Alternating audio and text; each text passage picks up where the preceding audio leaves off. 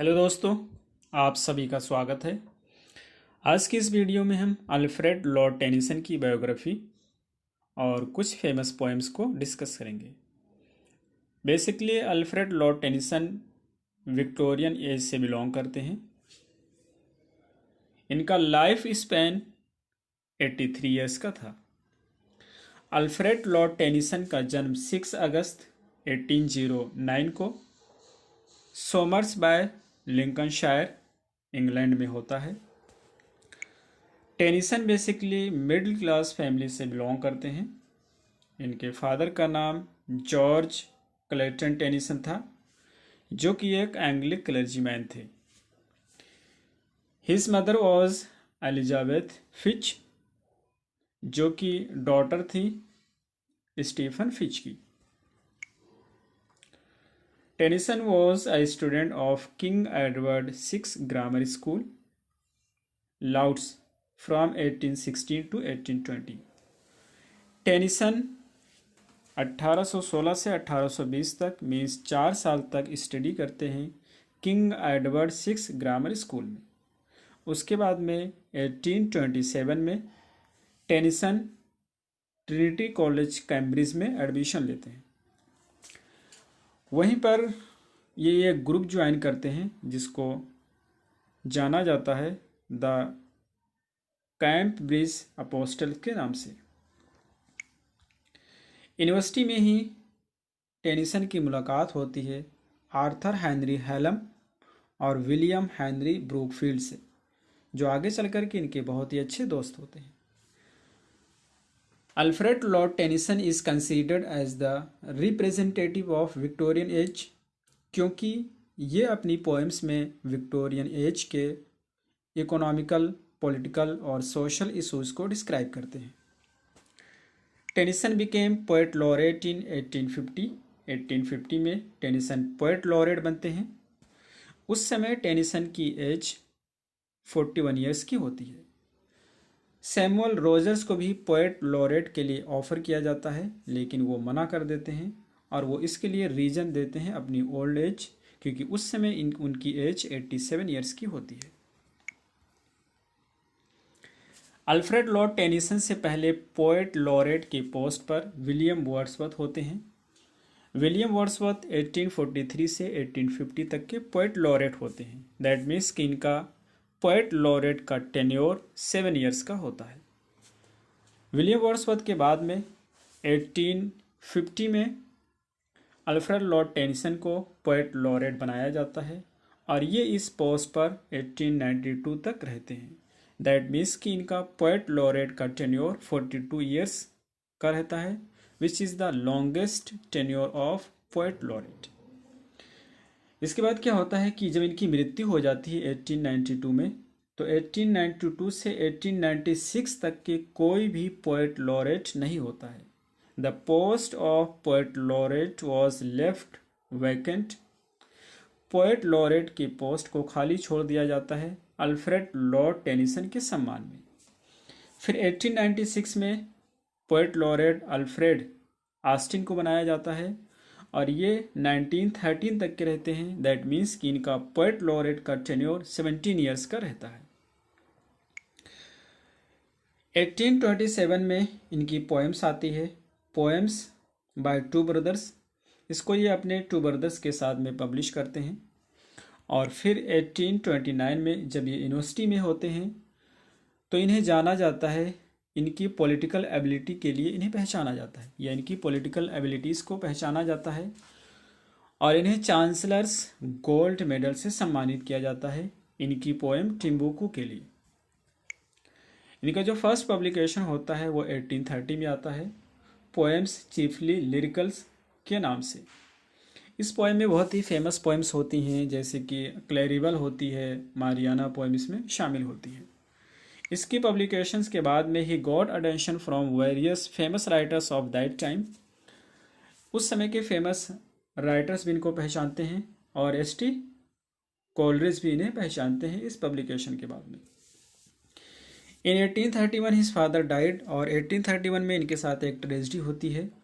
इनके पिता की मृत्यु हो जाती है और ये यूनिवर्सिटी को छोड़ देते हैं बगैर किसी डिग्री के। उसी साल इनकी सिस्टर अमियाला टेनिसन का एंगेजमेंट होता है इनके फ्रेंड आर्थर हेनरी हेलम के साथ। और इनका सेकंड पब्लिकेशन केम इन 1833। दूसरा पब्लिकेशन इनका 1833 में आता है, पोएम्स बाय अल्फ्रेड के नाम से। इसमें बहुत ही फेमस पोएम्स होती हैं, जैसे कि द लेडी ऑफ शैलॉट जो कि एक लिरिकल बैलेड है, द लोटस ईटर इनकी फेमस पोएम्स है। तो इन सारी पोएम्स को इसमें शामिल किया जाता है।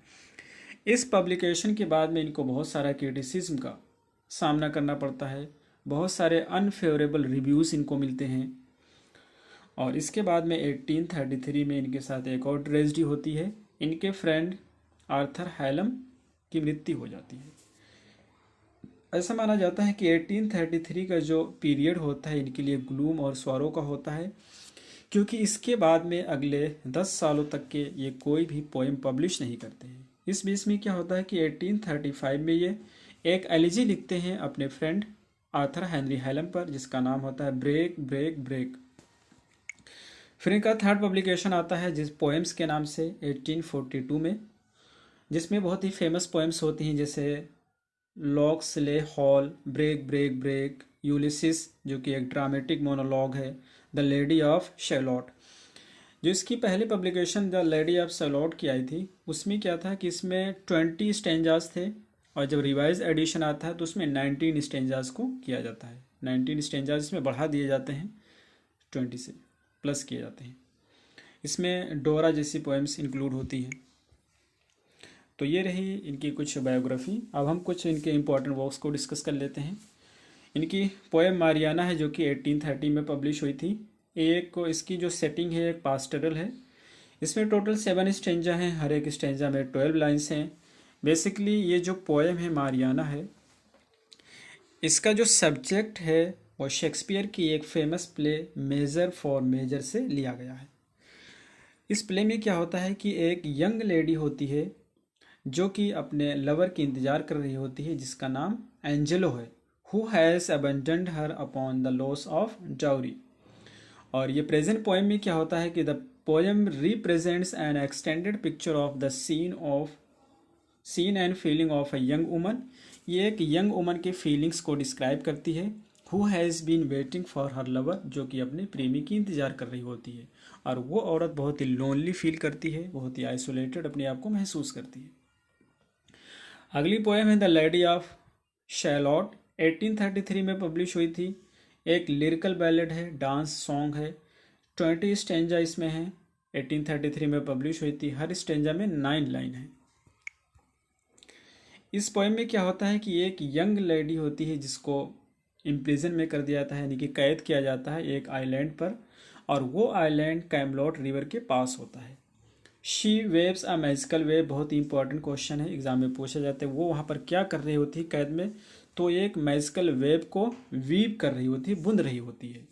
Only watches the outside world through a mirror, और उस पर एक अभिशाप होता है, और उस अभिशाप की वजह से वो बाहरी दुनिया को एक मिरर के सहारे से देखती है। इफ़ शी लुक्स डायरेक्टली, यदि वो डायरेक्टली देखेगी एट द कैमलॉट पर, शी विल बी कर्स्ड। अगली पोएम है ब्रेक ब्रेक ब्रेक, जो कि पब्लिश हुई थी 1842 में। ये एक एलिजी है, 1835 में इसको लिखा गया था। It describes Tennyson's feeling of loss after Arthur Henry Hallam. ये बेसिकली टेनिसन की फीलिंग को बताती है जब वो अपने फ्रेंड आर्थर हेनरी हेलम को खो देते हैं, तो किस तरह से महसूस करते हैं, वो सारी चीज़ों को इस पोएम में डिस्क्राइब किया गया है। हिज फीलिंग्स ऑफ आइसोलेशन, और किस तरह से वो अकेलापन महसूस करते हैं अपने फ्रेंड के बगैर, तो वही सारी चीज़ें इसमें डिस्क्राइब की गई हैं। अगली पोएम है द लोटस ईटर, इनकी बहुत ही फेमस पोएम है। ये बेसिकली पब्लिश हुई थी 1832 में। इसको इस स्पेंसेरियन स्टेंजा में लिखा गया है। दैट मीन्स कि हर एक स्टेंजा में 9 लाइन्स हैं। ये स्पेंसेरियन स्टेंजा की क्वालिटी होती है। Inspired by his trip to Spain with his close friend, और ये इन्होंने लिखा था इंस्पायर होकर के एक ट्रिप से, जब स्पेन जा रहे थे अपने फ्रेंड आर्थर हेलम के साथ में, where they visited the Pyrenees mountain, जहाँ पर वो विजिट करते हैं पायरनेस माउंटेन की। ये बेसिकली बेस्ड है होमर्स ओडेसिस पे। अगली पोएम है लॉक्सले हॉल, जो पब्लिश हुई थी 1842 में। ये बेसिकली एक ड्रामेटिक मोनोलॉग है, लिखा गया था 1835 में। It narrates the emotions of a dejected shooter. ये एक रिजेक्टेड शूटर के इमोशंस को बताती है कि वो कैसा महसूस करता है जब वो अपने चाइल्डहुड होम पर वापस आता है। अगली पोएम है यूलिसिस, जो कि पब्लिश हुई थी 1842 में। ये बेसिकली एक बहुत ही फेमस पोएम है। ये एक ड्रामेटिक मोनोलॉग है, ब्लैंक वर्स में इसे लिखा गया है और ये लिखा गया था 1833 में। इसमें क्या होता है कि Ulysses has return to his kingdom Ithaca having made a long journey after fighting in Trojan war. Ulysses अपने किंगडम इथाका को वापस होता है एक लंबी यात्रा और ये ट्रोजन युद्ध लड़ने के बाद। फेसिंग ओल्ड एज, और अब वो बूढ़ा हो गया है। Ulysses describe his discontentment and restlessness, और वो अपनी बेचैनी और असंतुष्टि को बयान करता है अपॉन रिटर्निंग होम, घर वापस होकर के। डिस्पाइट हिज रीयूनियन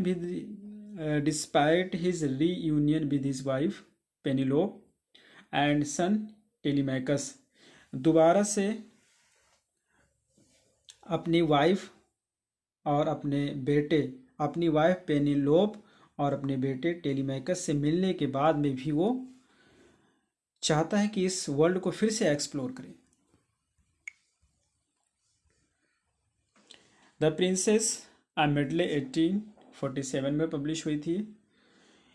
असीरियो कॉमिक है, बेसिकली ब्लैंक वर्स में लिखी गई है, एक नैरेटिव पोएम है। The poem tells the story of a heroic Prince, एक हीरोइक प्रिंस की स्टोरी बताती है। इसमें क्या होता है कि एक प्रिंसेस होती है जो एक शपथ लेती है कि वो अब मेन के यानी कि मनुष्यों के संसार में नहीं रहेगी। वो दूर जाकर के अपनी एक विमेंस की यूनिवर्सिटी बनाती है और उस यूनिवर्सिटी में किसी भी मेन की एंट्री नहीं होती है। इसका एक चाइल्डहुड फ्रेंड होता है जो इससे प्यार भी करता है। वो अपने दो फ्रेंड के साथ में इस यूनिवर्सिटी में वीमेन के भेष में जाता है। कुछ समय के बाद में जब उसे पहचान लिया जाता है तो उसकी उनके साथ बैटल होती है और बैटल होने के बाद में फिर वो उस प्रिंस को पाने में कामयाब हो जाता है, यानी कि अपने लव को पाने में सक्सेसफुल हो जाता है। ये इसकी स्टोरी है। नेक्स्ट है इन मेमोरियम 1850। इन मेमोरियम 1850 बेसिकली लिखा गया है, ये पब्लिश हुई थी 1850 में। ये बेसिकली लिखा गया है एम्बिक टेट्रामीटर में और ये एक एलिजी है, टेनिसन की एक बहुत ही फेमस एलिजी है जो कि लिखी गई थी AHH, ये यानी कि आर्थर हेनरी हेलम की मृत्यु पर लिखा गया था। उस समय आर्थर हेनरी हेलम 22 साल के थे, तो उन्हीं की मृत्यु पर इसको लिखा गया था। तो ये रही हमारी आज की वीडियो। फिर मिलते हैं अगले वीडियो में। Till then take care, have a good